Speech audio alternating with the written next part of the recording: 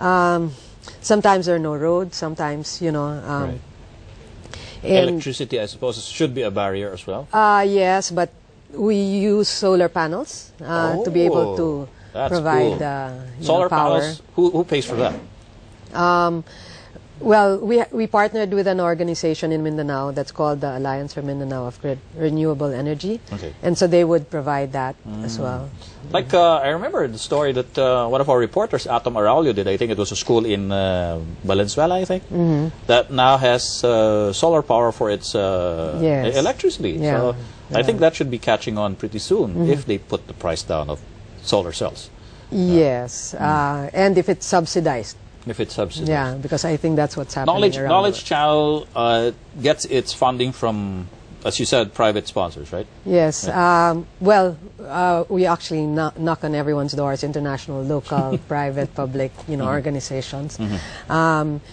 Because we also feel that although the Lopez Group is handling a lot of the resources, there's a lot, education is everyone's business, no? And so we'd really like to share what we're doing with everyone else. Well, a lot of corporations, I suppose, not just the Lopez Group of companies, but the other bigger corporations as well, are looking into promoting education, right, through private initiatives. Right. Yes. So we have several sponsors that are corporate and bilaterals that.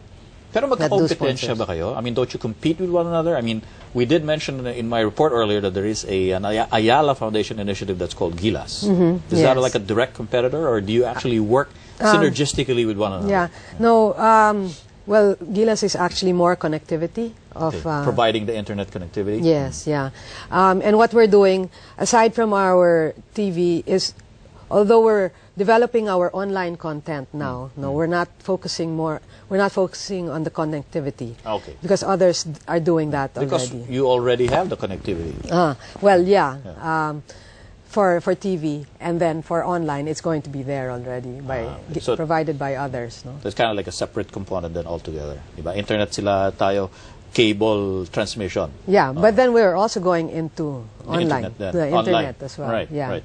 What do you see is the future now of cyber education in this country? You've been around for 11 years. Yung iSchools has been around for maybe about 4 years, 2006. What do you think is going to be the future trend dito sa Pilipinas? Well, there's what we're actually working on now is really the content of the education, no? Helping really with providing the quality of the materials. Yeah. And it's using the different kinds of technology that is available, no, to provide the access, no, to the different students and learners. Because aside from going into public schools, we'll also be reaching out to the out-of-school youth and to the adult learners. Out-of-school youth, paano yun? Home education? It's using learning centers and mobile teachers as well. Because the Bureau of Alternative Learning Systems, which is part of the DepEd as well. They have mobile schools? Mobile teachers, right, no, and learning centers, yeah. Pero hindi makariton, ha? Some of them. Kay Efren Peña, Florida. Some of them do. Yeah, Kariton, some of them have backpacks. Yeah, and stuff. So but the technology that we're seeing now, I mean, as it improves and we see maybe internet connections becoming more widespread, and maybe the cost of devices like e-readers will be dropping. Do you think that's going to be something that will be a part of your strategy in the future? Oh yes, definitely. Which is why we're developing our new media content and I mean, you gotta have stuff like these when they do become more affordable. That maybe textbooks could be digitized and delivered maybe through electronic devices, right? We'll actually be video streaming our programs, and we'll have online games and exercises. Educational games. Educational. Obviously. Kasi alam naman World of Warcraft na lang yung mga estudyante. So any future projects up ahead in the short-term pipeline? Yes, actually many. We have actually several new shows that are coming up this month for teachers It's called Faculty Room, and it's like a telenovela format. Oh. Yeah. Who's the artista? We have several. Big names? Yes, they're big. Wow, really? So you're not ready to announce it yet? When is that going to go on air? I mean, you know, to knowledge actually, it's on air already. It just started the other day. Wow, faculty room.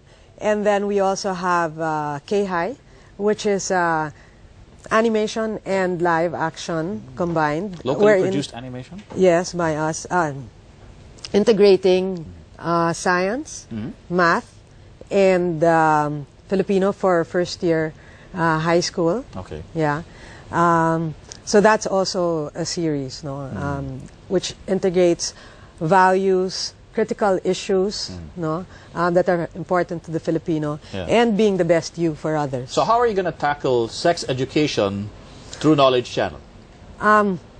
Well, population is a very important issue din yun, diba?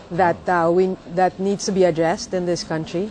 Okay. And so it's really showing the relation between population and development, no, and population and the resources that we have.